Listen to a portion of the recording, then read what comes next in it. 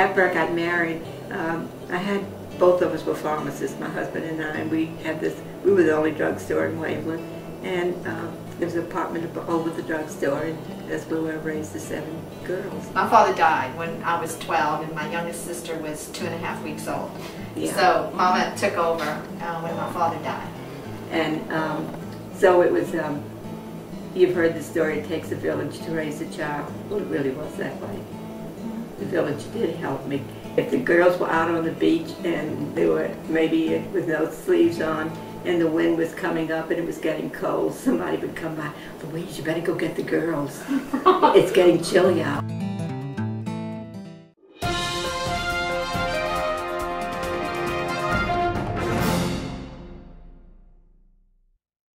The elderly people in the parish have been waiting for this day to see a groundbreaking for 3 years, you know, and we kept hoping and wishing and praying. I've been in St. Clare's parish all of my life, for 76 years, and my parents and grandparents before me were also members of St. Clare's parish. My grandfather and father helped build the first church that was here at St. Clare's. It was a wooden church. It was painted white. My mother and father were married in there, and so were my husband and I in 1952. We were married in this wooden church. And of course my kids, my 5 of my children, have all been baptized, received First Communion. All but one was married in that church, in St. Clare's Church. Not the wooden church, but the new brick church. So anyway, it's always been a big part of my life and my heart.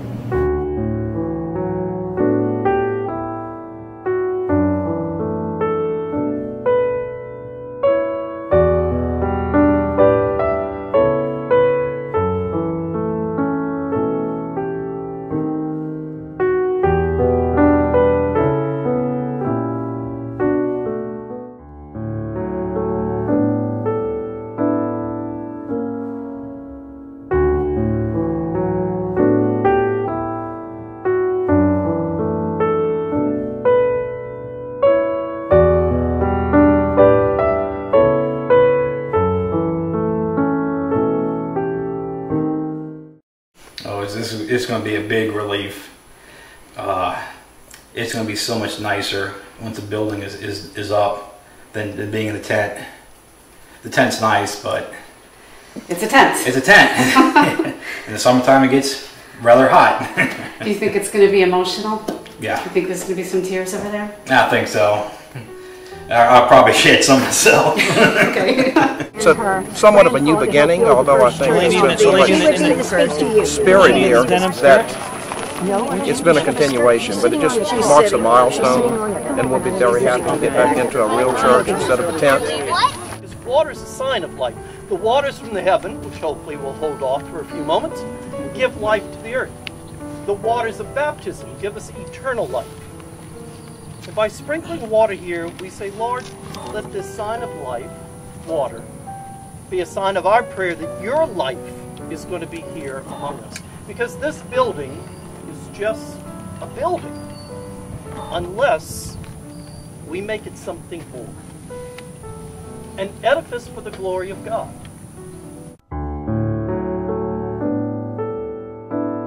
Plumbers and helpers, electricians.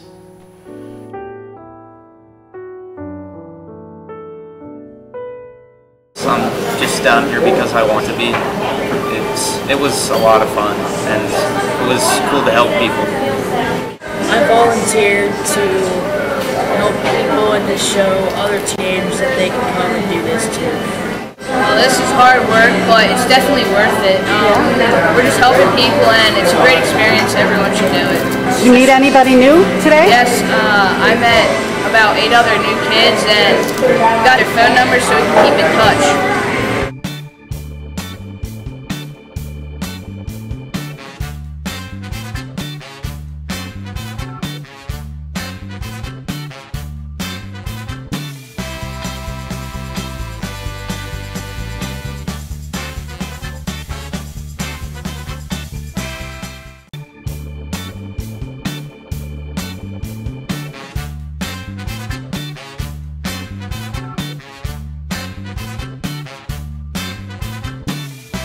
The volunteers, we've had so many people come down here and help us with the cleanup. It just goes to show you there's so much more good about this country than ever was wrong with it.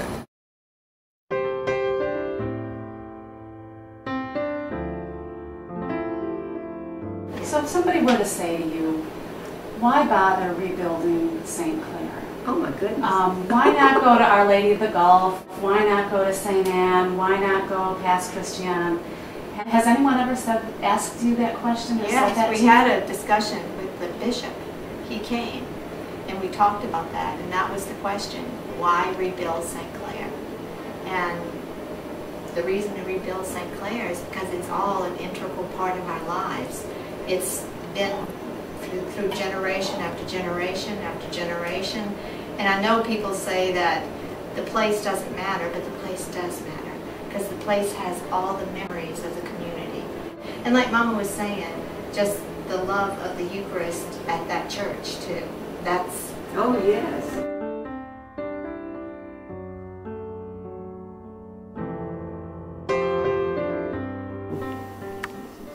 I think that means that the rebirth of the parish, rebirth of the community, and that the people who will benefit generations to come from a new church, a new multi-purpose building, will someday thank us for the vision that we're going to have for the future.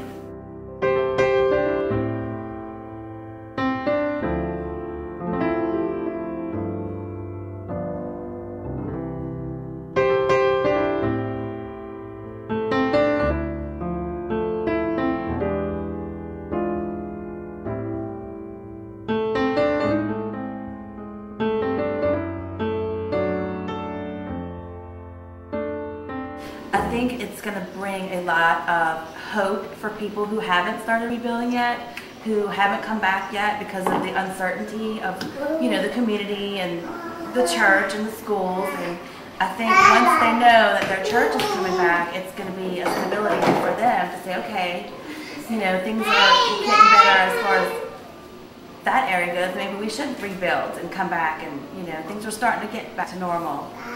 You know, and it's going to be great. You know, as far as the neighborhood, it'll make it look a lot better too. It won't look like debris anymore.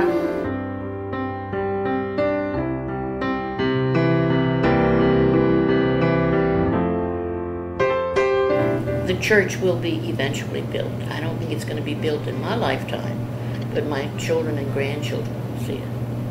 And is that important to you? Yes, it is. Very important.